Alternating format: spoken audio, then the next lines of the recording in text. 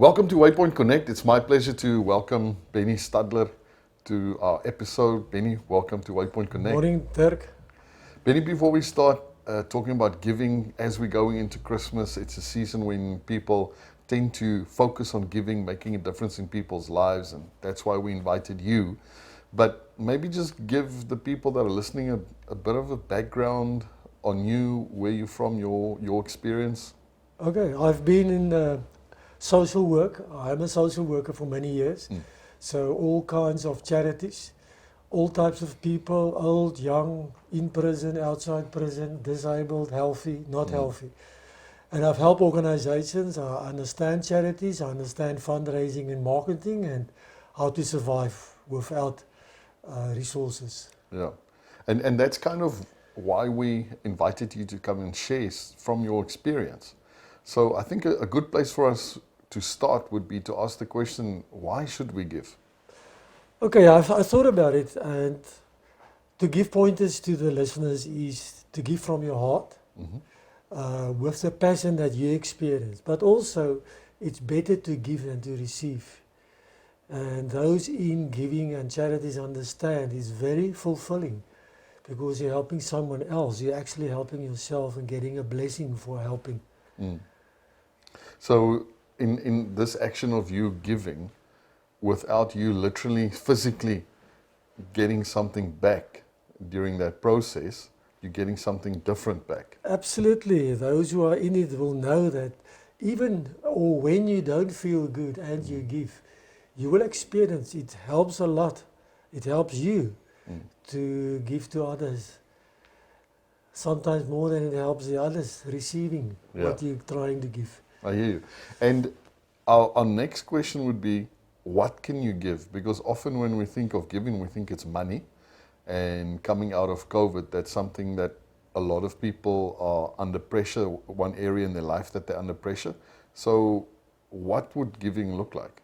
Okay, so that's let's say a false impression about charities and people. Sometimes money is the last thing that they really need because money is not always the solution. Sometimes money is the cause of problems.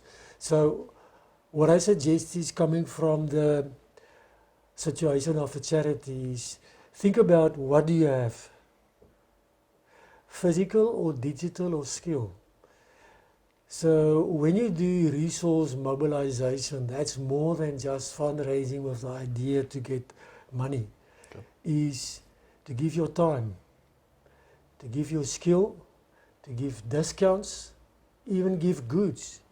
And if you have abundance of money, give that. And if you don't have abundance and you lack, even give when you lack what you have. It's almost like in the Bible, God asked Moses, what is in your hand? Or the prophet asked the very poor widow, what do you have in your house? So give not from your abundance, but what you feel and is available in your heart and in your house. Yeah, I love that perspective. So thank you for sharing that. And how can we give? Okay, so it's very important. You can ask a charity of people, how can I help you or how can I support you? But ask people, how can I make your situation better?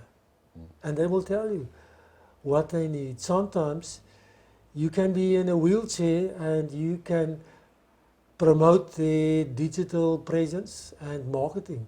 You can sit on your cell phone. Make a difference. Yes, you can go to their Facebook, do reviews, and that make a big difference in the digital marketing era of today.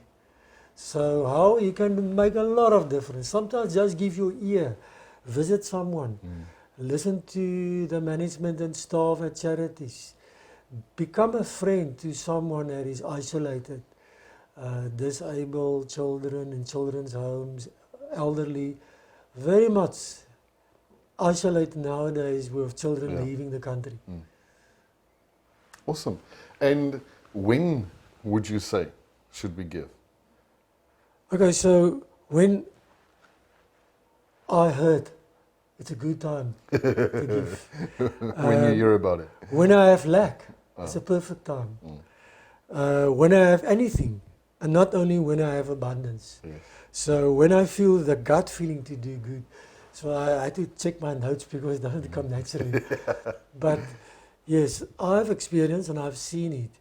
Those who understand the blessing of giving is they give not from abundance, but when they hurt or when they're depressed or when they know that it will do them good Mm. to do good to someone else. As the word says, that he who gives water will be watered. Mm. Yeah. And as we start to close, where should people give? Okay, so let's start in your own neighborhood. For example, I do have neighbors in need, so we should start where we are. Mm. We don't have to go to India to give. Mm. And local charities. So I do have a list or register of all charities, but start the passion that you experience on your heart, because that might be the best and the right way. Where to give. And the place where God is leading you to make a difference, because He's placing that area on your heart. Yes, absolutely. So whether it's in animal welfare or some weird cause, Mm. you don't know why you have the passion, even for nature. Maybe it's the people there that you need to connect with and support. But the passion that you experience where you want to help, I would also say where to give. Shy away from charities and causes with questionable ethical reputation Okay. and doubts about them, or where you know there is a history of wasting and bad administration and management. And that you will find by checking the registration status. How do you check that? Okay, you can go to the NPO Directorate Department Social Development. Okay. They do have a portal, NPO register, and you can add or search the name of the charity or the registered Yeah. number, To and you will confirm find that they're legit. whether they're still registered. But I don't say always and only give to Mm. registered, because you get registered NPOs and charities with serious problems, Right. and then you get unregistered, informal battling, because they don't know how to get registered, and they're actually doing more good than Yeah. those who are well known and maybe abundant, and sometimes even not the administration not so Yeah. okay. And where can I find out about organizations that would need help? Let's say I've picked the area, let's say it's children. Where will I find organizations that support that kind of area that I'm interested in and I feel God's leading me to make a difference in? Okay, so what I suggest is Dr. Google is friendly. So what you can Google is Google NPO register Eastern Cape. Okay. You'll find a full list of all registered, all category, branch, charities, causes, environment, anything you'll find there, hundreds. And then you can get their contact details there, or the listeners can contact me, WhatsApp me, and I will check the list and tell them where to go. But we have a lot of charities, old age homes, children's facilities, disabled facilities, animal welfares, all kinds. The one that we currently support from where I am is Pop-Up. So we are trying to make a difference in our community with a local class where we help people with socio-economical needs and really battle to survive with the current economy and their own job skills or unemployment. Yeah.